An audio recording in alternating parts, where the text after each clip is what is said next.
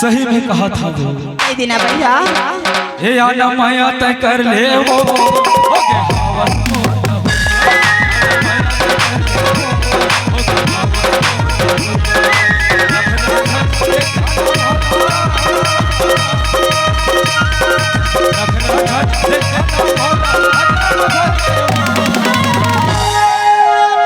मान जा मोर श्री देवी ऐसे का नहीं माना से मान जा नहीं माना।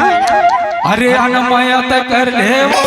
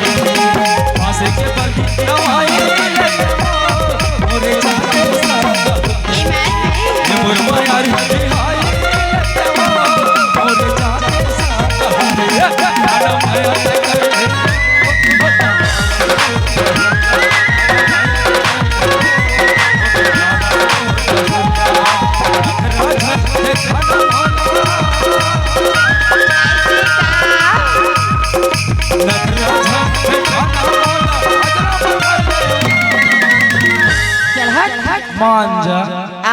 अरे मान जा तो नहीं। अरे मान जा नहीं मानोगा। अरे मान ले ना मानबे मान जा नहीं मान मान के सुना हाँ तभी तो कहता हूँ का कहता